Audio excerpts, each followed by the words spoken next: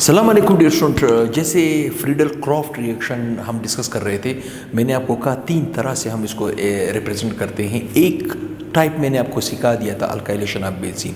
Friedel Crafts reaction, असल में ये दो साइंटिस्ट थे, एक था चार्ल्स फ्रीडल, दूसरा था जेम्स क्राफ्ट।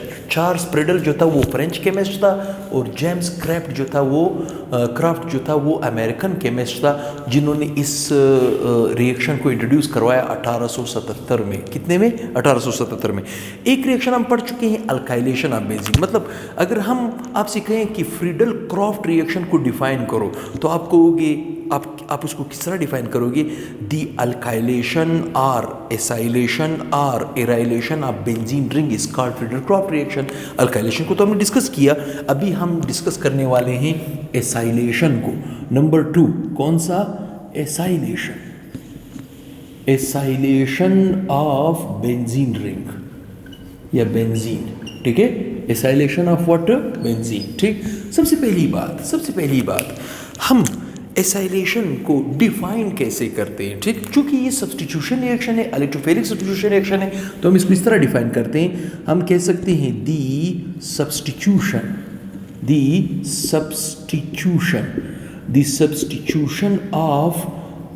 ऑफ बेंजीन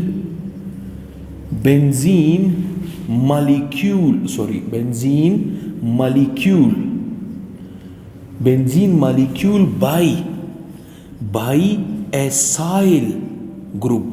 अब आपको सर ये एसाइल ग्रुप कौन सा होता है, ठीक। एसाइल ग्रुप किसे कहते हैं? एसाइल ग्रुप का मतलब ये है कि R⁻C⁻O विद 1 ठीक। इसे एसाइल ग्रुप कहा जाता है, ठीक है। एसाइल ग्रुप कहा जाता है, is called acylation of benzene. अब आपको सर ये एसाइल ग्रुप कहाँ से निकलता है? आप में से वो स्टूडेंट जो ऑर्गेनिक कंपाउंड के फंक्शनल ग्रुप पढ़ चुके हैं, वहाँ पे एक ग्रुप आता है जिसे हम कहते हैं एसिड एलाइड ग्रुप। क्या कहते हैं? Acid allied group. Acid allied group के कंपाउंड को हम लेंगे और उससे एसाइल ग्रुप को अलग करेंगे और उसकी सब्स्टिट्यूशन करवाई जाएगी बेंजीन के साथ। बड़ा आसान रिएक्शन है। देखिए, फिर मैं यहाँ पे जगह छोड़ रहा हूँ मटेरियल के लिए, यहाँ पे मैं रिएक्शन लिख रहा हूँ। देखिए, हम यहाँ पे इस केस में क्या करेंगे? बेंजीन लेंगे। क्या लेंगे? बेंजीन, ठीक। ये मैं कई दफ़ा लेक्चर के दौरान बता चुका हूँ कि बेंजीन का इस तरह का स्ट्रक्चर आपके पास हाइब्रिड स्ट्रक्चर कहलाया जाता है। क्या कहलाया जाता है? Hybrid structure. आप रिएक्शन की हद तक तो ठीक है, लेकिन मैकेनिज्म में हम केकुल स्ट्रक्चर की तरफ जाएंगे, ठीक। हम इसे रिएक्ट करवाएंगे एसिड एलाइड के कंपाउंड से। और एसिड एलाइड के कंपाउंड कौन से? जैसे मिसाल के तौर पे मैंने आपको कहा CH3C⁻O, यहाँ पे मैं लूंगा क्लोरीन। अच्छा, इस कंपाउंड को मैं क्या कहूँगा? इसे मैं दो नाम दूंगा। कॉमन नेम इसका है, 2 कार्बन है, हम इसे कहेंगे एसिटाइल क्लोरीन है तो क्लोराइड। ये कॉमन नेम है, ठीक। अगर मैं इसी कंपाउंड को आयुपेक नाम दूंगा तो 2 कार्बन है, 2 को हम कहते हैं एथ, दोनों में सिंगल बॉन्ड है, AN डालेंगे, लास्ट E को रिप्लेस करेंगे बाय मींस ऑफ OYL, तो क्या बन जाएगा? इथेनॉइल। क्या बन जाएगा? इथेनॉइल। क्लोरीन है तो क्लोराइड बन जाएगा, ठीक। और इसे तो आप लोग बचपन से जानते हो बेंजीन के नाम से। किस नाम से जानते हो? बेंजीन के नाम से जानते हो, ठीक। हम इसे भी रिएक्ट करवाएंगे किस चीज की मौजूदगी में? लेविस एसिड की मौजूदगी में। अब वो हमारी मर्जी है क्या लेविस एसिड कौन सा लिया जाए, ठीक। बहरहाल मैं यहाँ पे रिएक्शन को क्वेश्चन मार्क कर रहा हूँ। अगर मुझे इसका मैकेनिज्म पता चल जाए तो मैं आसानी से इसका प्रोडक्ट भी लिख सकता हूँ और इसके ऊपर मटेरियल भी लिखा जा सकता है, ठीक। तो यहाँ पे देखिए, मैं यहाँ पे लिख रहा हूँ मैकेनिज्म। क्या लिख रहा हूँ? मैकेनिज्म, ठीक। मैकेनिज्म लिख रहा हूँ। अब अगर मैं मैकेनिज्म के पॉइंट ऑफ व्यू से इसको डिस्कस करने की कोशिश करूंगा तो मैं कहूँगा there are the following 3 steps mechanism, ठीक। तो मैं क्या कहूँगा? There are the following 3 step mechanism, ठीक। 3 स्टेप मैकेनिज्म है। स्टेप नंबर 1 में क्या होता है? सेम उसी तरह फॉर्मेशन ऑफ इलेक्ट्रोफाइल न्यूक्लियोफाइल होगा, ठीक। तो मैं यहाँ पे स्टेप नंबर 1 कहूँगा। Step number 1 step number 1, 3 step mechanism है। स्टेप नंबर 1 में क्या होगा? फॉर्मेशन होगी। फॉर्मेशन का मतलब है बनेगा, formation of electrophile and nucleophile. Electrophile और न्यूक्लियोफाइल की फॉर्मेशन होगी पहले स्टेप में। अब सवाल वही है कि इलेक्ट्रोफाइल न्यूक्लियोफाइल कौन बना के देगा? बेंजीन तो सबस्ट्रेट मॉलिक्यूल है।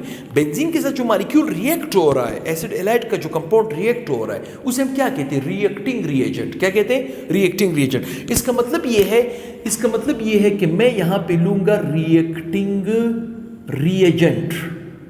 रिएक्टिंग रिएजेंट को मैं रिएक्ट करवाऊंगा कैटलिस्ट के साथ। किसके साथ? कैटलिस्ट के साथ, जो कि मुझे बना के देगा इलेक्ट्रोफाइल और न्यूक्लियोफाइल बना के देगा। क्या चीज? इलेक्ट्रोफाइल न्यूक्लियोफाइल बना के देगा। कैसे? अभी देखिए, रिएक्टिंग रिएजेंट इस केस में मैंने क्या लिया था? CH3C डबल बॉन्ड O, यहां पे Cl। ठीक। अच्छा, कैटलिस्ट इस केस में मैं क्या ले रहा हूं? लेविस एसिड ले रहा हूं। ऐसा कंपाउंड जिसके सेंट्रल एटम का ऑक्टेट पूरा ना हो, जिसको इलेक्ट्रॉनों की जरूरत हो, जो लोन पेयर इलेक्ट्रॉन को या बॉन्ड पेयर इलेक्ट्रॉन को अपनी तरफ खींच सकता हो, तो ऐसे कंपाउंड को हम क्या कहते हैं? Lewis acid. अब लेविस एसिड में वो वाला लूंगा जो रिएक्टिंग रिएजेंट में जो रेडिकल क्लोराइड है, तो मैं लेविस एसिड वही लूंगा। जैसे मैं एल्यूमिनियम क्लोराइड भी ले सकता हूँ, बोरोन क्लोराइड, फेरिक क्लोराइड भी ले सकता हूँ। तो चले मैं ऐसे कर लेता हूँ, मैं ले लेता हूँ बोरोन ट्राइक्लोराइड। क्या ले लेता हूँ? Boron trichloride. ये आपको पता होना चाहिए, बोरोन ट्राइक्लोराइड में इस बोरोन का ऑक्टेट पूरा नहीं है, तो इसका मतलब है यहां पे इसके पास एक ब्लॉक, एक ऑर्बिटल खाली है। एक ब्लॉक, एक ऑर्बिटल खाली है। ठीक। अब क्या होगा? देखते चाहिए। देखिए, क्लोरीन के यहां पे इलेक्ट्रॉन है, यहां पे इलेक्ट्रॉन। अब गौर से सुने, क्लोरीन की इलेक्ट्रॉनिटी ज्यादा होने की वजह से, कार्बन के मुकाबले में ज्यादा होने की वजह से, ये दोनों इलेक्ट्रॉनों को अपनी तरफ खींचेगा, नेगेटिव चार्ज बनाएगा। मेरी बात समझ रहे हो? मतलब क्लोरीन क्लोराइड में कन्वर्ट हो जाएगा। ठीक। यही क्लोराइड दोनों इलेक्ट्रॉनों को इस बॉक्स में रख देगा। मेरी बात समझ रहे हो? इस बॉक्स में रख देगा। तो पीछे किस तरह का यूनिट बचेगा? देखें, पीछे ये वाला यूनिट बचेगा, ये वाला। इसे हम एसाइल ग्रुप कहते हैं, एसाइल ग्रुप कहते हैं, या इथेनॉइल ग्रुप कहा जाता है। ठीक। इसके ऊपर प्लस चार्ज आ जाएगा, तो इसका मतलब है मेरे पास आ जाएगा CH3C double bond O, positive charge. मेरी बात समझ रहे हो? Positive charge. ये क्या बना? ये इलेक्ट्रोफाइल बना। क्या बना? इलेक्ट्रोफाइल। साथ में क्या बन रहा है? न्यूक्लियोफाइल। न्यूक्लियोफाइल कौन सा बन रहा है? BCl4। पहले क्या था? BCl3 था। अब एक क्लोरीन नहीं बल्कि क्लोराइड इसके पास आ चुका है, तो ये क्या बना? ये न्यूक्लियोफाइल बना। ठीक। अब आते हैं सॉरी, स्टेप नंबर 2 की तरफ आते हैं। ठीक। अब जब पहले स्टेप में इलेक्ट्रोफाइल न्यूक्लियोफाइल तैयार होता है, तो इलेक्ट्रोफाइल बेंजीन के ऊपर अटैक करता है, क्योंकि हमने पहले स्टार्ट में कहा बेंजीन कौन से मैकेनिज्म को फॉलो अप करता है? इलेक्ट्रोफिलिक सब्स्टिट्यूशन रिएक्शन को। तो हम यहां पे कहेंगे the electrophile attacks on benzene ring to form benzonium ion, that is ठीक, बेंजोनियम आयन बनाएगा। ठीक। कैसे बनाएगा? चलिए चेक करते हैं। ये हमारे पास बेंजीन है, Got it? ये बेंजीन है, यहाँ पे डबल बॉन्ड, यहाँ पे डबल बॉन्ड। अब देखिए, मैंने वो बेंजीन का वो स्ट्रक्चर नहीं बनाया जो हाइब्रिड था, अब मैंने उसका केकुल स्ट्रक्चर बनाया। ठीक। यहाँ पे हम लेंगे इलेक्ट्रोफाइल। इलेक्ट्रोफाइल कौन है? अच्छा, इलेक्ट्रोफाइल को मैं थोड़ा उल्टा लिख रहा हूँ जस्ट मैकेनिज्म समझाने के लिए। यहाँ पे कार्बन डबल बॉन्ड ऑक्सीजन, यहाँ पे मैं लिख रहा हूँ CH3, यहाँ पे लिख रहा हूँ CH3। अब वो सुने, इसके ऊपर आ चुका है प्लस का चार्ज। क्या चीज आ चुका है? प्लस का चार्ज। अब ये जो पाई इलेक्ट्रॉन है, नजर आ रहा है? ये पाई बॉन्ड, ये पाई बॉन्ड इस पॉजिटिव, मतलब ये असल में ये पॉजिटिव चार्ज इस पे अटैक कर रहा है। मैकेनिज्म में हम अक्सर उल्टा दिखाते हैं, नेगेटिव से पॉजिटिव की तरफ एरो बनाते हैं। इसका मतलब है पॉजिटिव नेगेटिव पे अटैक कर रही है। मैकेनिज्म के जहन में, आपके जहन में हो। अच्छा, तो मेरे पास यहाँ पे बनेगा बेंजोनियम आयन। अच्छा, ये जो पूरा ये देखिए, ये बॉन्ड जो बना हुआ है, ये असल में 2 इलेक्ट्रॉन है, एक इलेक्ट्रॉन इसका है, एक इसका है। ये दोनों इलेक्ट्रॉन ऐसे इंक्लाइंड हो जाएंगे, यू इंक्लाइंड हो जाएंगे। तो चले मैं यहाँ पे यू इंक्लाइंड कराता हूँ और यहाँ पे ग्रुप अटैच कर दूंगा CH3। अच्छा, जब ये दोनों इलेक्ट्रॉन उस तरफ शिफ्ट होंगे, तो इस कार्नर पे जो कार्बन मौजूद है इसके पास इलेक्ट्रॉनों की कमी हो जाएगी, तो इसको मिल जाएगा प्लस का चार्ज। जब ये पूरा ग्रुप इस जगह पे आके अटैच होगा, और चीज़ याद रखो, जब ये पूरा ग्रुप इस जगह पे आके अटैच होगा तो यहाँ का जो हाइड्रोजन है जिसे हम प्रोटॉन कहते हैं, ये इस तरह का बाहर निकल आएगा प्रेशर की वजह से।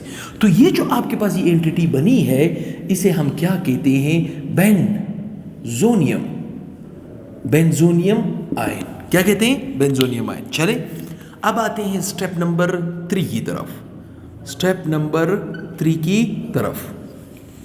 ठीक, अब स्टेप नंबर 3 क्या होगा? ये जो बेंजोनियम आयन है, ये जो बेंजोनियम, ये रेजोनेटिंग स्टेबलाइज्ड है, एक दूसरे का रेजोनेंस दिखा सकता है। अब ये क्या करता है? यहां से ये प्रोटॉन लॉस करेगा अपने आप को स्टेबल करने के लिए, क्योंकि पॉजिटिव चार्ज को खत्म करना चाहेगा। ठीक, यहां से प्रोटॉन लॉस करेगा और वो प्रोटॉन कहां जाएगा? जो पहले स्टेप में न्यूक्लियोफाइल बना था वहां पे मूव करेगा।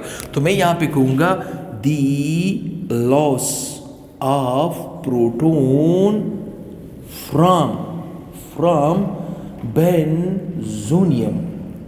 benzonium ion, from benzonium ion towards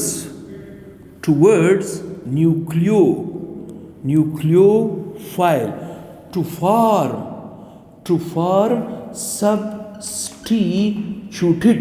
substituted product। वो क्या बनाएगा? सब्स्टिट्यूटेड प्रोडक्ट बनाएगा। कैसे बनाएगा देखते जाएं।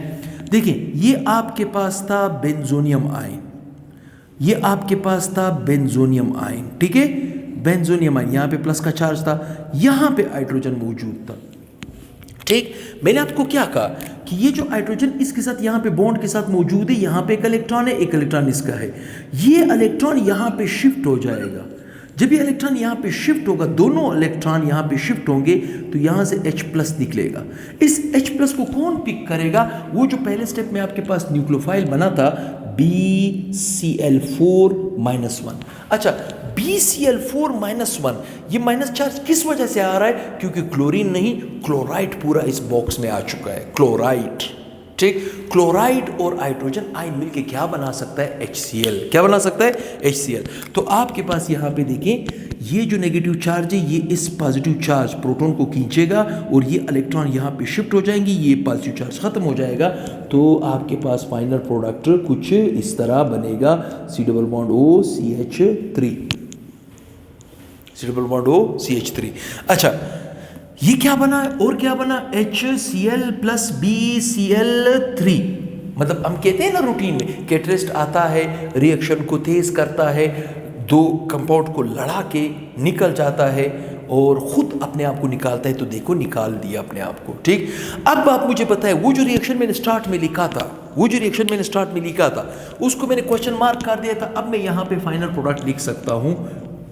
ये आपके पास बेंजीन है, यहाँ पे C+O, यहाँ पे CH3 + HCl + BCl3।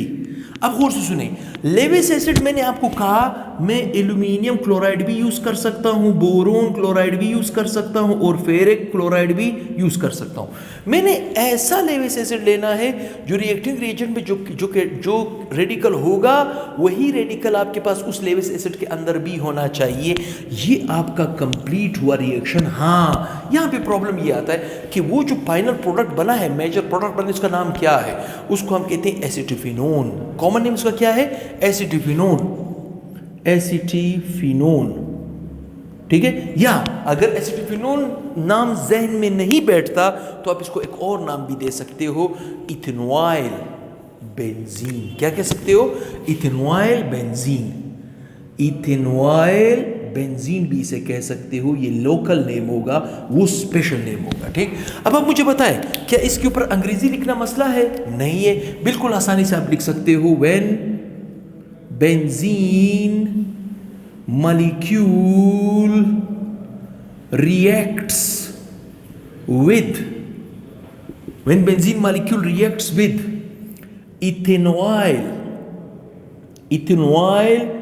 chloride या जिसे हम एसिटाइल क्लोराइड कॉमन लैंग्वेज में कहते हैं। ठीक है, in the presence of Lewis acid, वो आपकी मर्जी है, आप लेविस एसिड कौन सा यूज कर रहे हो। ठीक, AlCl3, BaCl3, FeCl3। ठीक ठीक, आप इनमें से किसी भी यूज आप इनमें से वो वाला यूज करोगे, मतलब इन सब में रेडिकल सेम है क्लोराइड, तो आप इनमें से कोई भी यूज कर सकते हो, ये आपके ऊपर डिपेंड करता है। ठीक, टू फार्म एसीटीफिनोन, ठीक है, कॉमा HCl एंड BCl, इस वक्त हमने BCl3 यूज किया था, बोरोन ट्राइक्लोराइड यूज किया था। तो ये आपके पास इस रिएक्शन का पूरा मटेरियल हुआ। ठीक ठीक, वो नीचे रिएक्शन हुआ और ये आपका कंप्लीट मैकेनिज्म हुआ। स्क्रीनशॉट अगर किसी ने लेना हो तो कैमरामैन उसको स्क्रीनशॉट का मौका देगा। मैं समझता हूँ अब ये रिएक्शंस आपके लिए मजाक बन गए। ये थे आपके पास केमिकल रिएक्शन बेंजीन के। अब एक और नया मुसीबत आपके गले पड़ रहा है, उस प्रोसेस को हम कहते हैं ओरिएंटेशन। क्या कहते हैं? ओरिएंटेशन इस तरह की बात है, खैर उसकी भी मैं 4 लेक्चर्स आपको बना के दूंगा, फिर ये चैप्टर मुकम्मल आपका कंप्लीट हो जाएगा। पहले मैं आपको एक्टिवेटेड डीएक्टिवेटेड ग्रुप समझाऊंगा, फिर उसको मैं आर्दो पैरा और मेटा डायरेक्टिंग में चेंज कर दूंगा। अब ये इस तरह की बात है, ओरिएंटेशन का मतलब है the second incoming group in mono substituted benzene ring. अब देखिए, बेंजीन जितनी भी रिएक्शन हमने पढ़े तो बेंजीन के साथ एक जगह पे सब्स्टिट्यूशन हो चुकी थी, तो ये मोनो सब्स्टिट्यूटेड में चला गया। अब अगर यही जो मोनो सब्स्टिट्यूटेड बेंजीन के कंपाउंड मौजूद है, मैं कोई और ग्रुप इसके अंदर दाखिल करना चाहता हूँ, ये तो इस तरह की बात है जैसे आपके घर में कोई मेहमान आता है, ठीक, तो फिर आपकी मर्जी होती है कि आप उस मेहमान को बैठक में बिठाते हो, लॉन में बिठाते हो, ठीक, या बरामदे में बिठाते हो या कमरे में बिठाते हो। तो आने वाला ग्रुप चाहे वो जितना ही स्ट्रांग क्यों ना हो, उसकी मर्जी नहीं चलती। जो ऑलरेडी मौजूद होगा ग्रुप बेंजीन के ऊपर, जो ऑलरेडी ग्रुप मौजूद होगा, वो फैसला करेगा आने वाला ग्रुप किस पोजीशन पे आके अटैच होगा। इस तरह के प्रोसेस को हम क्या कहते हैं? ओरिएंटेशन। तो इंशाल्लाह बहुत ही जल्द वो ओरिएंटेशन की रिएक्शंस मैं आपके लिए आसान करने वाला हूँ। आपको हायर क्लासेस में बड़े इजी लगेंगे, बड़े आसान लगेंगे। और एक और लेक्चर भी मैं दूंगा फ्लोशीट डायग्राम से कि जितनी रिएक्शन मैंने आपको पढ़ाए, ये सारी रिएक्शन को वो क्या कहते हैं? कूजे में बंद करना। ठीक, एक ही रिएक्शन के अंदर, एक ही टॉपिक के अंदर सारे रिएक्शन को मैं सम अप करके आपको एक और लेक्चर भी दूंगा। फिर आपके लिए ये टॉपिक्स बहुत, ये चैप्टर आपके लिए बड़ा आसान हो चुका है। मैं समझता हूँ किसी ने भी प्लेलिस्ट की मदद से देखा हो 1 by 1, तो मैं समझता हूँ हर टॉपिक उसके लिए ईजी हो गया है। तो काइंडली चैनल को ज़्यादा से ज़्यादा शेयर करें, सब्सक्राइब किया करें और अपने दोस्तों को मोटिवेट करें, चैनल पे आए, चैनल को सपोर्ट करें। चैनल को सपोर्ट करोगे इंशाल्लाह चैनल आपको सपोर्ट करेगा। तो लाइक भी दिया करें, अच्छे अच्छे कमेंट्स भी दिया करें, शेयर भी किया करें और दुआ में याद रखें। अल्लाह हाफिज़।